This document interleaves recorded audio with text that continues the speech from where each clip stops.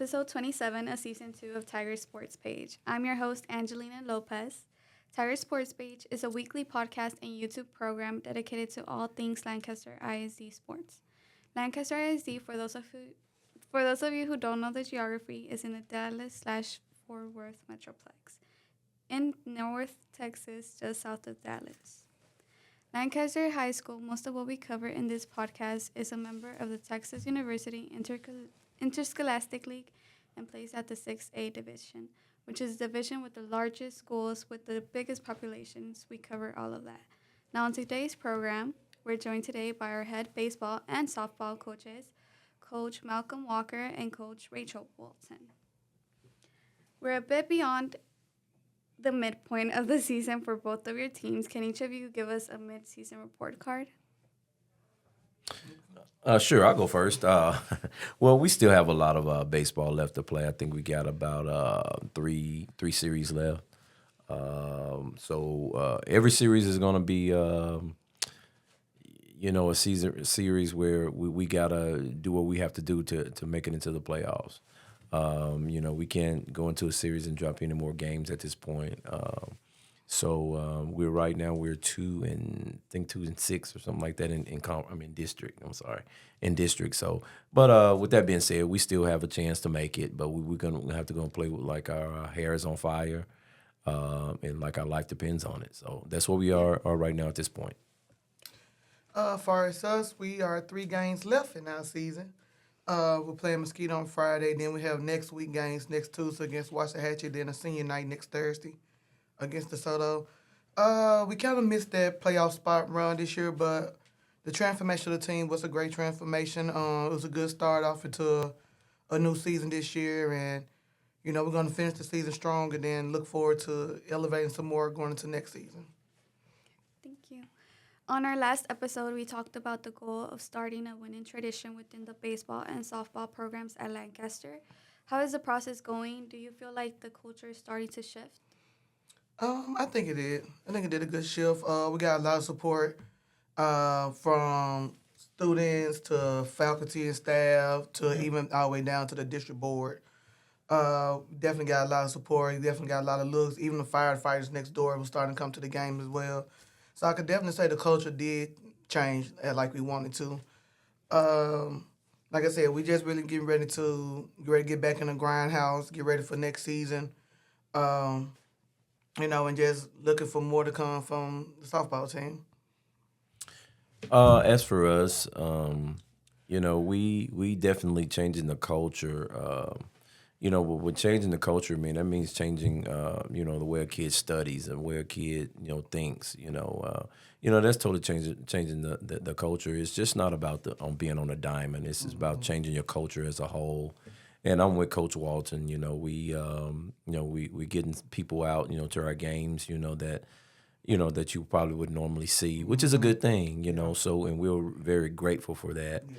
I don't know if they, at this point, if they're coming for baseball or softball, but they definitely coming for our concessions because we are the best in the lane. Oh, yeah. We got the concessions.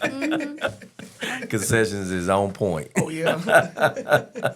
And I want to give a shout out to my concessions people. Oh, yeah, definitely. Y'all selling pork chops for y'all. Oh, yeah.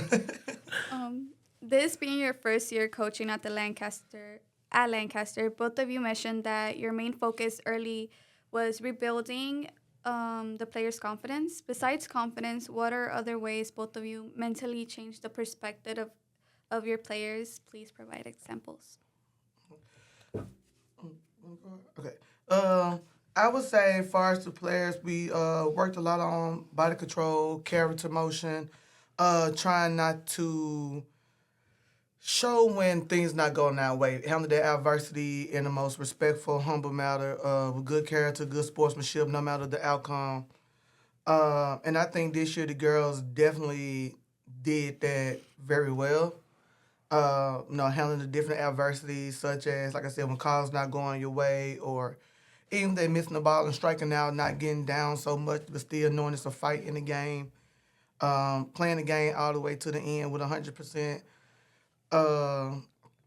It been cases probably a couple of times that we made a couple of defensive errors and having to get back together in the groove to stop that bleeding and going ahead, okay, let's make the outs again. Um, you know, like I said, I think handling the character, handling the adversity, a lot of things that we went through in the second half that we didn't go through the first half of the season. I think the girls handled it well. And I know the more we play in the game, the more they learn and understand that it's 90% mental more than having the physical talent to do it. They're going to elevate their game a little bit more on having that control of not being so upset, understand that, hey, I'm going to get a new pitch, no matter how many pitches, or I'm going to get another ball. I can recover from the last mistake I made and not dwell on that mistake. Well, as for us, I told my guys when I first met them and we got together, and I told them how baseball is one of those things, and I'm sure softball is too, where yesterday you can be 4 for 4 with 10 RBIs, and today you could be 0 for 5 with nothing. And so basically what I'm saying, baseball and softball is one of those humbling sports, man. It'll take you from a real high to a low real fast. But it's up to you to know what to do with that. And I think the character part and all that, takes a big place, in that. And instead of, it being a down sport, I mean, you can come back and the next day and be 2 for 3. You can be 1 for 3, and that's a successful day, within the sport. So, but it's just, what are you going to do with it? What are you going to be down and be 0 for 4 this game, 0 for 4 next game, 0 for 4 next game? No, you're not. So the character piece really takes over, and you have to have the right mindset for this to be, because I'm telling you, this sport is very humbling. It really is. Yeah. So yeah. Every season comes with its own set of challenges. What have been some of the toughest ones for you so far? Have there been any key moments in a game that you felt could have changed the outcome of the season? Absolutely. We've won. We've lost several one-run ball games off of one era. We try not to just let errors go and too many errors go at the same time. But we lost so many games, one-run games off error. Something that we could have avoided. And I'm telling you, sometimes they'll come back to bite you. Sometimes they'll linger on. You just have to rectify those errors, and sometimes you have to fight back. Sometimes it comes in a game when it's late, and you don't have time to go back and good. But playing errorless baseball, I'm telling you, that is key. And I'm sure it is with softball, but I'm gonna let her talk about it. I'm the same with Coach. You probably try to play a more perfect game as much as possible. I think like one of the key things like for us this season, it was just up and down as far as offensive end more than defense. I think defensively we definitely made routines. That's the main goal, to make the routines. Let the teams earn their way on by natural hits, try to get anything. But like Coach said, it'd be that crucial moment that's like not now. Right. And, at the moment you might be upset, but at the same time, the girls and the guys gave their 100% effort. Sometimes, it just happens. Like, including with the weather, sometimes the weather playing a part on the errors. I know we had a couple of real windy games. Where the wind just took control, and you could be like right there to make the play, and the wind just take control of it. So, it's like I said, same with Coach. Baseball, softball, pretty much the same when it comes to explaining what happened, what goes on, what didn't go right, what went wrong. It'd be that one crucial moment, and like, but that's a wrong crucial time. Yeah, wrong time. Definitely wrong time. For sure. What are some changements or adjustments you're already thinking about for next season? Off season. Tackling more mental in the off season versus tackling a lot of physicals and fixing mechanics and things. Do that still, but probably tackle a little bit more mental, get them more mentally prepared for the game and help to understand the game better and how to handle adversity. Well, for us, I still have a lot of baseball left to play, so I'm not really honed in on next season just yet. But if I had something to say, it would definitely be we're gonna implement a strong weight program this summer.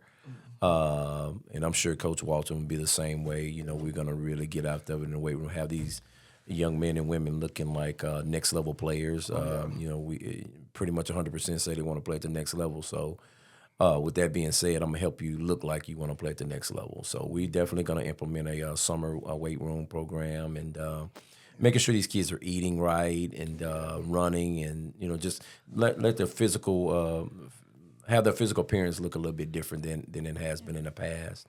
Because I look across the way and see some seniors at other schools looking like seniors at other schools, and then ours are, kind of on the scrawny side because, a weight program hadn't been implemented. So we're gonna take this time, this summer and sit back and definitely put weights and, let them throw up a lot of iron, as a matter of fact, and making sure they're eating. And I know Coach Brown had said something about we're actually implementing that, through the district sports wide. So we're excited about it, and we're excited the way the way it's going. So absolutely. The future looks very bright for Lancaster softball and baseball. Just how bright for y'all?